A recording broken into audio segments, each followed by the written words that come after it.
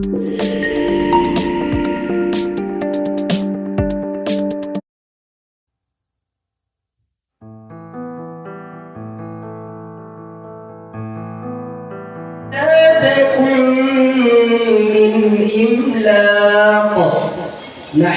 نرزقكم وإياهم إلا بالتي هي أحسن حتى يبلغ أشده إذا قلتم فاعدلوا ولو అనంత కరుణామయుడు అపార కృపాశీలుడైన అల్లాహ్ పేరుతో ప్రారంభిస్తున్నాను.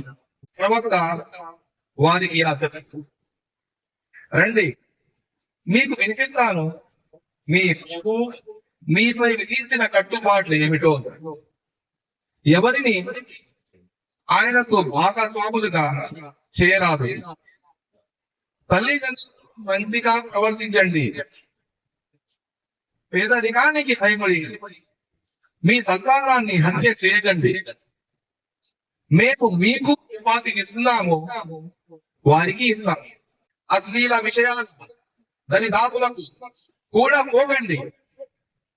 బహిరంగమైనవైనా సరే లేక గోప్యమైనవైనా సరే సత్యంలో తప్ప అల్లాహ్ పవిత్రంగా నిర్ణయించిన ఏ ప్రాణాన్ని హతమార్చకండి.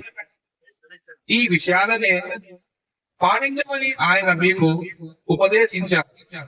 బహుశా మీరు ఆలోచించి పని చేస్తారని.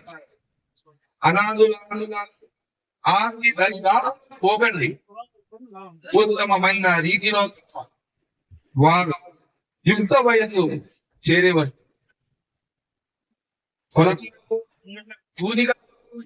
పూర్తిగా న్యాయం చేయండి. మేము ప్రతి మనిషి అతని శక్తి మేరకే బాధ్యత భారాన్ని మోపుతాం. పలికితే న్యాయమే పలకండి. వివాహం మీ బంధువులకు సంబంధించినది అయినా సరే అల్లాహ్ చేసుకున్న ఒడంబడికను నెరవేర్చండి. ఈ మాటలను అల్లాహ్ మీకు ఉపదేశిస్తున్నాడు. బహుశా మీరు ఇత బోధను స్వీకరిస్తారేమో అని. ఇంకా ఆయన ఇలా ఉద్బోధిస్తున్నాడు, నా రుజు మార్గం ఇదే కనుక మీరు దీనిపైనే నడవండి, వేరే మార్గాలపై నడవకండి. ఎందుకంటే అవి మిమ్మల్ని ఆయన మార్గం నుండి తొలగించి విచ్ఛిన్నపరుస్తాయి. మీ ప్రభు మీకు చేసిన హితోపదేశం ఇదే. బహుశా మీరు వక్ర వైఖరికి దూరంగా ఉంటారని అల్లాహ్ సత్యం. మీడియా సెక్రటరీ జమాత్ ఇస్లామీ ముఖ్య అతిథి వక్తలుగా వచ్చేసినటువంటి శ్రీ దత్త కిరణ్ శర్మ గారు, అర్చక పురోహితులు, గౌరవనీయులు ఆర్ ఉస్టర్ గారు, కేరళ చర్చ్ ఆగిల్మాలి గారు, అలాగే గౌరవనీయులు ఎన్ఎస్ మొహిద్దీన్ గారు, రాష్ట్ర ఉపాధ్యక్షులు జమాత్ ఇస్లామీ,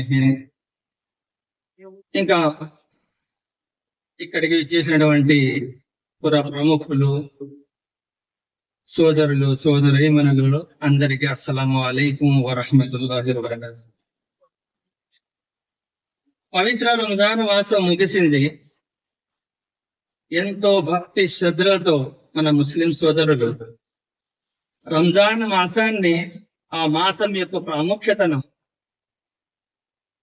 తన తోటి సోదరులు, ఎవరైతే తన ఇరుగు పొరుగున ఉన్న వాళ్ళు, సోదరులు, వ్యాపార సంబంధాలు కలిగి ఉన్నవారు, మన సమాజంలో ఒకరికి ఒకరు తోడుబాటు అందజేసుకుంటూ సామరస్యంగా ఉంటున్నటువంటి మన పొద్దుటూరు పుర ప్రజలతో కలిసి ఈద్ మిలాద్ కార్యక్రమం పాల్గొనడం చాలా ఆనందం.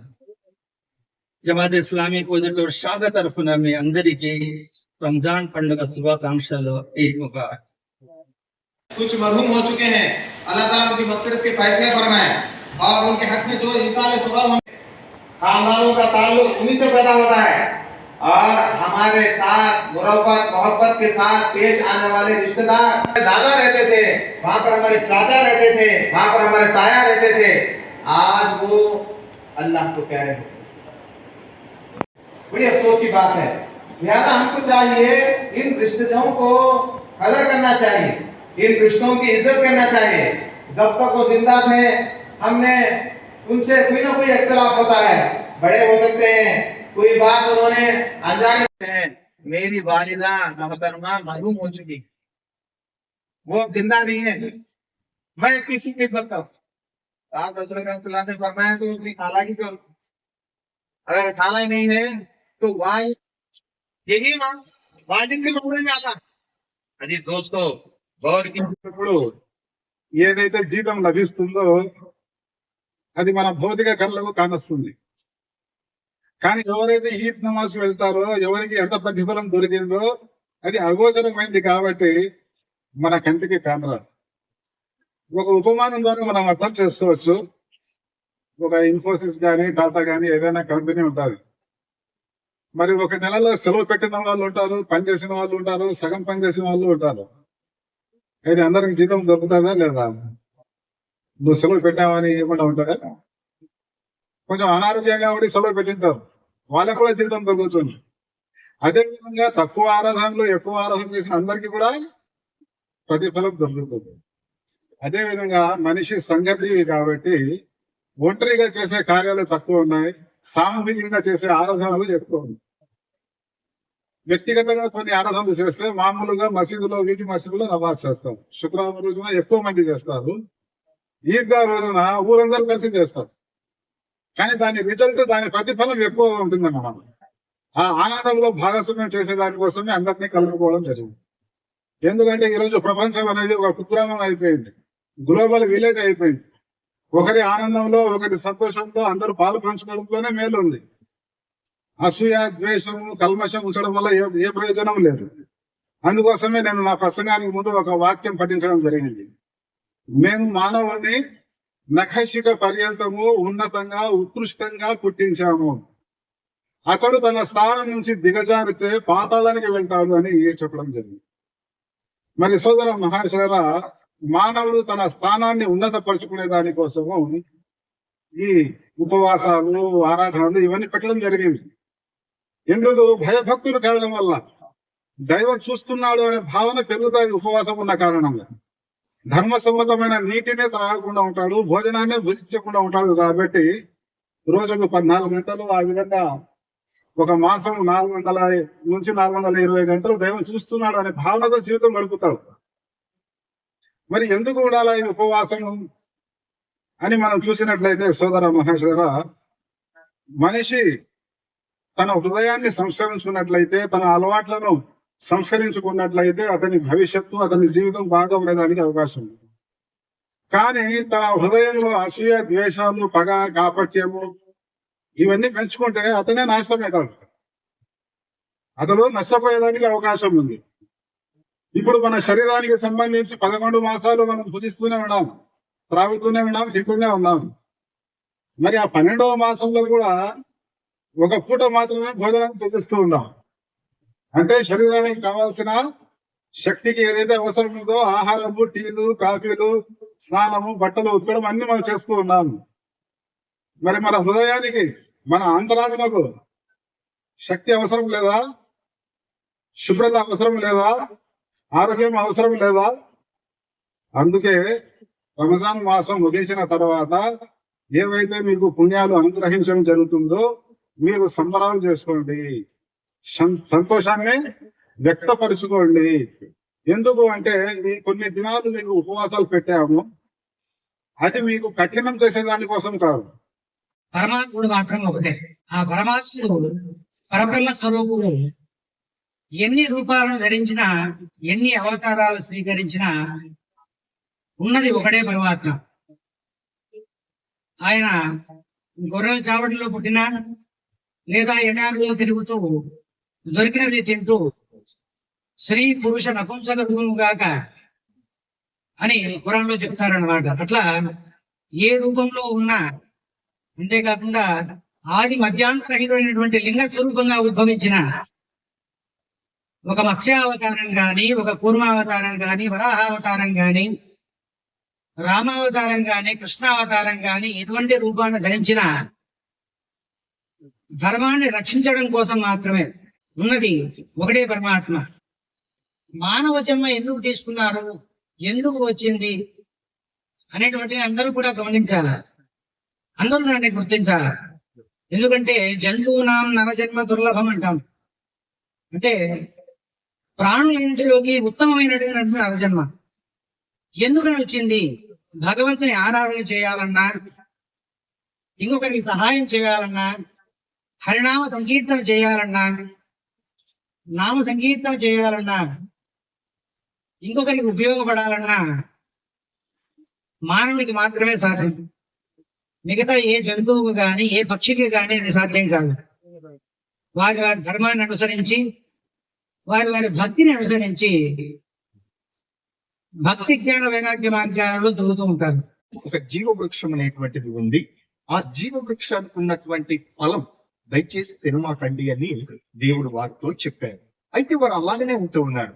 అయితే వారి మధ్యలోకి కొద్ది రోజులైన తర్వాత అపవాదైనటువంటి సాతానుడు సర్పం రూపంలో ప్రవేశించి వారిని ఏం చేశారంటే ఆ పందులు తినకుండా తినేటట్లు చేశారు. వారు తినకోకుండా ఉన్నారు. అయితే మరి ఆ అపవాదైనటువంటి సాతానుడు ఏం చేశారంటే పందులు తినేటట్టు చేసి పాపం చేసేటట్లు చేశారు. మొత్తానికి వారు పాపంలో పడిపోయారు. అయితే దేవుడు వారిని శపించేసి ఆ ఉద్యానవనం లేక ఏదోని తోట నుండి వారిని బయటకు త్రోసివేయడం జరిగి ఉంది. తద్వారా మానవులందరూ కూడా పాపం చేస్తూనే వస్తూ ఉన్నారు. ఆనాడు మొట్టమొదటి మానవులైనటువంటి వారు చేసినటువంటి తప్పు నిమిత్తమై మరి మానవులందరూ కూడా తప్పు చేస్తూనే ఉంటున్నారు, పాపం చేస్తూనే ఉంటున్నారు. అయితే ఇలా ఉంటూ ఉన్నటువంటి పాపానికి కారణమైనటువంటి మరి ఆదాము హవ్వలు మరి ఆ విధంగా చేసినటువంటి ఆ దాని ఫలితంగా మానవులందరూ పాపం చేస్తూ ఉంటే దేవుడు మనల్ని మానవులను అలా వదిలివేయలేదు. ఎందుకంటే దేవుడు మానవులను ఏర్పాటు చేసుకునేది ఎందుకు కొరకు అని అంటే ఆయనను ఆరాధించట కొరకు, ఆయనను మరి మనం పూజించట కొరకే ఆయన ఏర్పాటు చేసుకున్నాడు. అలాంటి మానవులు పాపం చేస్తూ ఉంటే వదిలివేయకుండా ఉండడు. అయితే దేవుడు మళ్ళీ ఏం చేశాడంటే మానవుల పాపాన్ని పరిహరించుటకు, అలాగే రక్షణను మానవులకు ప్రసాదించుట కొరకు ఈ లోకానికి లోక రక్షకుడుగా మరి కన్య అయినటువంటి మరీకు జన్మించాడు యేసుక్రీస్తు ప్రభువు వారు అని నేను మీకు తెలియజేస్తూ ఉన్నాను. అయితే మరి దేవుడు లోకాన్ని ఎంతో ప్రేమించాడు అని పరిశుద్ధ బైబిల్ గ్రంథంలోని యోహాను సువార్త 3వ అధ్యాయం 16వ వచనంలో ఆ మాటలు ఉంటూ ఉన్నాయి. దేవుడు లోకాన్ని ఎంతగానో ప్రేమించాడు. సర్వ సృష్టికర్త అయినటువంటి దేవుడు సృష్టిని ఏర్పాటు చేసుకొని మానవులందరూ కూడా సృష్టిని, మానవులను అన్నిటిని కూడా ప్రేమిస్తూ ఉన్నారు. ఆ ప్రేమ ఎలాంటిది అని అంటే దీనిని గ్రీక్ పదంలో అగాపే అని అంటారు. అనగా దీని అర్థం ఏంటి అంటే త్యాగపూరితంగా మరియు తీవ్రమైన అంకిత భావంతో ప్రేమించడం అనే అర్థం. అంటే దీనిని నిస్వార్థంగా మరియు పరోపకారంగా మరి ప్రేమగా వర్ణిస్తుంది ఈ యొక్క పదానికి అర్థం. మనం మానవులను, తోటి మానవులను మనం ఏం చేయాలంటే ప్రేమతో వారిని చూడాలి. వీరు ఎక్కువ వీరు తక్కువ అనేటువంటిది కాదు. జాతి, మతము, కులము, భేదం అనేటువంటిది ఏది లేదు. ఏ వర్గం అనేటువంటిది లేదు. అందరూ కూడా ఒక్కటే. ఏ జాతి? మానవ జాతి. ఆధ్వర్యంలో నిర్వహిస్తున్న ఈ ఈద్ మిలాద్ కార్యక్రమంలో ముఖ్య అతిథులుగా, గౌరవ అతిథులుగా ఇచ్చేసినటువంటి ఈరోజు ప్రొద్దుటూరు జమాత్ ఇస్లామీ శాఖ ఆధ్వర్యంలో నిర్వహిస్తున్నటువంటి ఈద్ మిలాద్ కార్యక్రమంలో ఈ యొక్క శాఖ ఆహ్వానకు అందించి వచ్చేసి ఈ వేదికను అలంకరించినటువంటి పాస్టర్ గారు, పంతులు గారు ఎవరైతే ఉన్నారో, ముఖ్యంగా మా జమాత్ ఇస్లామీ స్థానిక శాఖ మాత్రమే కాదండి, రాష్ట్ర మన ముఖ్య ఏదైతే హెడ్ ఆఫీస్ ఉందో దాని తరఫు నుండి కూడా మేము ధన్యవాదాలు తెలుపుకుంటున్నాం. ఎందుకంటే ఈ రోజు ఒకే వేదికపై విభిన్న మతాలకు సంబంధించినటువంటి గురువులు రావడం అనేది సమాజానికి బలం, సోదర భావానికి బలం. ఎందుకంటే ఈ రోజు మనం చూసినట్లయితే అసలు ఏ మతాల విషయాలకు దానికి సంబంధించిన బోధనలతో మానవుల మధ్య పరస్పరం పటిష్టమైనటువంటి సంబంధం ఏర్పడాలో దురదృష్టవస్తు ఆ మతాల పేరు మీదే మనుషులను విభజించే ప్రయత్నం జరుగుతుంది. అలాంటి సందర్భంలో ఆ దైవం, ఆ దేవుడు మమ్మల్ని ఒకే వేదికపై వచ్చి ప్రజలకు సందేశం ఇచ్చే ఏదైతే సందర్భం ఉందో ఆయనకు వేల వేల కృతజ్ఞతలు ఈ సందర్భంగా నేను తెలుపుకుంటున్నాను. సోదరులారా, ముందుగా ఏదైతే మనం హెడ్డింగ్ చూస్తున్నామో ఈద్ మిలాద్. ఈద్ అంటే పండుగ, మిలాద్ అంటే కలయిక. ఈ కలయిక ఏదైతే ఉందో ఇది కలయిక అంటారు, దాన్ని కూడా కలయిక. ఇందులో కేవలం ముస్లింలు మాత్రమే ఉన్నారంటే, కేవలం క్రైస్తవులు మాత్రమే ఉన్నారంటే కలయిక. ఈద్ సందర్భంగా, పండుగ సందర్భంగా కలయిక, దీన్నే మనం ఈద్ మిలాద్ అంటాం. జమాత్ ఇస్లామీ గత 70 సంవత్సరాల నుండి ఈ భారతదేశంలో ఈద్ మిలాద్ కార్యక్రమాలు నిర్వహిస్తుంది. ఈద్ మిలాద్ మాత్రమే కాదు, ఇఫ్తార్ విందులు, అలా అనేక రకాల కార్యక్రమాల ద్వారా సమాజం పటిష్టంగా ఉండాలి, ఐక్యత ఉండాలి, ముఖ్యంగా మతాల మధ్య ఒక అండర్స్టాండింగ్ ఉండాలి, అవగాహన ఉండాలి అనేటువంటి విషయానికి జమాత్ ఇస్లామీ ప్రయత్నిస్తూ వస్తుంది. అందులో భాగంగానే ఈ కార్యక్రమం ఒకటి. రెండవ యొక్క ఉద్దేశం ఏమిటంటే, జనరల్ గా పండుగ అంటే తన వరకు పండుగ చేసుకోవడమా, లేకుంటే ఆ ఆనందాన్ని అందరినీ ఆనందాన్ని పంచి ఆ పండుగ చేసుకోవడమా? ఆ పండగే పండుగ కాదు, తన భార్య పిల్లల దగ్గరే అతను ఆనందాన్ని పొంది, అంటే ఆ సంతోషంగా ఈద్ పండుగ సంబంధించినటువంటి సంతోషాలు అక్కడ వరకే పరిమితం చేయడం అనేది అది పండుగ అనిపించుకోదు.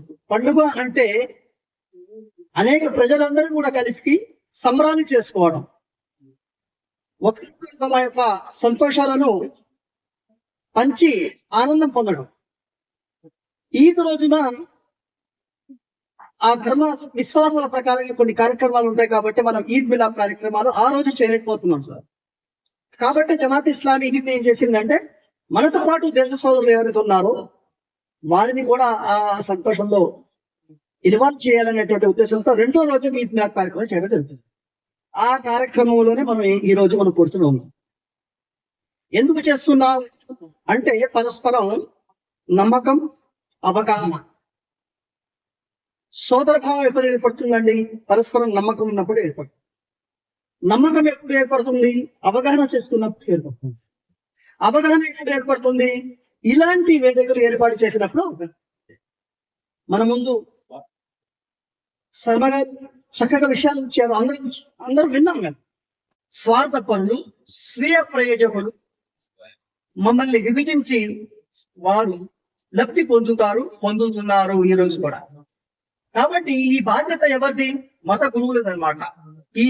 ఈ సమాజాన్ని పటిష్టంగా ఉంచాలి, ఈ అవగాహన చేయాల్సినటువంటి అలాంటి వేదికనే ఈ రోజు జమాత్ ఇస్లామీ ఏర్పాటు చేయడం జరిగింది. నీ యొక్క జీవితం యొక్క పరీక్ష రాసుకుంటావు, దీని మీద ఆధారపడి పరలోకం ఉంది అని చెప్పడం జరుగుతుంది. మరో జన్మ ఉంది, మరో జన్మ ఉంటుంది. అయితే కొంతమంది విశ్వాసం ఏమిటంటే, ఈ లోకంలోనే ఉందని, ఇస్లాం ప్రకారం మరో జన్మ పరలోకంలోనే ఉందని. ఇది కారుణ్యమూర్తి ముహమ్మద్ ప్రవక్త ముహమ్మద్ సల్లల్లాహు అలైహి వసల్లం వారు చాలా క్లియర్ గా తెలియజేశారు ఈ విషయాన్ని. మరో జన్మ అంటూ ఉంది, కానీ ఈ పరీక్షలో ఏదైతే ఒక జీవితం ఏదైతే ఉందో దాంట్లో సఫలీకృతం అవ్వాలి. ఇక్కడ అందరికీ సమాన హక్కులు ఇవ్వడం జరుగుతుంది, కానీ అందరికీ న్యాయం దొరికే అవకాశం లేదు. కాబట్టి పరలోకం అంటే ఒక రోజు ఉంది, అక్కడ మీ తీర్పులు, మీ కర్మలు తీర్పు, ఆ తర్వాత స్వర్గమో నరకమో ఇవ్వడం జరుగుతుందని పురాణం ఇవ్వడం జరుగుతుంది. మిత్రుల, దేవుడు ఒక్కడే అనేటువంటి విషయం మనం విన్నాం. అయితే ఆ ఒక్కడు ఎవరు అంటే, ఆయనకు రకరకాల పేర్లతో తెలుసుకుంటారు. ఇప్పుడు నా చేతిలో ఒక వాటర్ బాటిల్ ఉందనుకోండి, కొంతమంది వాటర్ బాటిల్ అంటారు, మంచినీళ్ళు అంటారు, పానీ అంటారు. ఇప్పుడు భాష మారిందా? పదార్థం మారిందా? పదార్థం మారిందా? భాష మారిందా? కానీ ఇక్కడ పదార్థం మారిపోయిందని చెప్పేసి ఈ రోజు అసభ్య దేశాలు ఇస్తున్నాయి. అంటే భాష అన్నమాట. ముస్లింలు దేవునిని అల్లా అంటారు, ఎందుకంటే అరబీలో అల్లాని పరిచయం అయ్యాడు. ఇంగ్లీష్ లో గాడ్ అంటారు, కొంతమంది పరమాత్ముడు అంటారు. ఇప్పుడే పాస్టర్ గారు చెప్పారు మనకి యెహోవా అని చెప్పేసి అంటారు కూడా అంటారు. అంటే ఆయన ఒక్కడే వేరు వేరు పేర్లతో పిలవడం జరుగుతుందని చెప్పండి. అల్లా అంటే చాలా మంది ఈ రోజు ఎనస్ మొయిద్దీన్ గారు అన్నారు, ఈ విషయాన్ని చాలా తెలియాలి, ప్రచారంలో రావాలి. అల్లాహు అక్బర్ అంటే కొంతమందికి అపోహ. అల్లా అంటే ముస్లింల దేవుడు అనుకుంటున్నారు. అల్లా అంటే ముస్లింల దేవుడు, పానీ అంటే ముస్లింల నీళ్లు. ఈ కార్యక్రమం విజయవంతం అవ్వాలనేటువంటి ఎవరైతే కృషి చేస్తారో వారికి చక్కటి దైవం చక్కటి ప్రతిఫలం ఇవ్వాలని కూడా నేను కోరుకుంటున్నాను. అలాగే మా ఆహ్వానాన్ని మన్నించి వచ్చినటువంటి ముఖ్యంగా గురువులకు ధన్యవాదాలు చెప్పుకుంటున్నాం. ఎందుకంటే ఈ వేదికను మీరు హాజరు అయ్యి దీని ఒక బలాన్ని చేకూర్చారు. అదే ఒకే వేదిక మీద మనం ఉన్నాం కదా, ఇది కదా మన భారతదేశం, ఇదే కదా మనకు కావాల్సింది. మేము ఏం కోరుకుంటున్నామంటే ఇలాంటి కార్యక్రమం మీ ద్వారా కూడా జరగాలి, మా ద్వారా కూడా జరగాలి.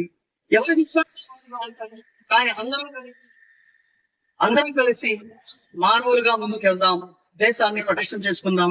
ఇదే జమాత్ ఇస్లామీ యొక్క సందేశం. అల్లాహ్ తఆలా నేను చెప్పినటువంటి విషయాలు అందరినీ కూడా ఆచరించే భాగ్యాన్ని కల్పించుగాక.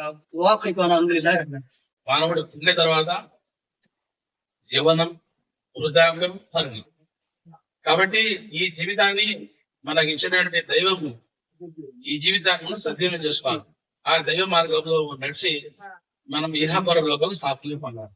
అల్హమ్దులిల్లా ఈనాటి కార్యక్రమం విజయవంతమైనందుకు అల్లాహ్ తాలాకు శతకోటి తెలియజేసుకుంటూ ముఖ్య వక్త సభా అధ్యక్షులు అక్బర్ బాషా గారికి ధన్యవాదాలు తెలియజేసుకుంటాం.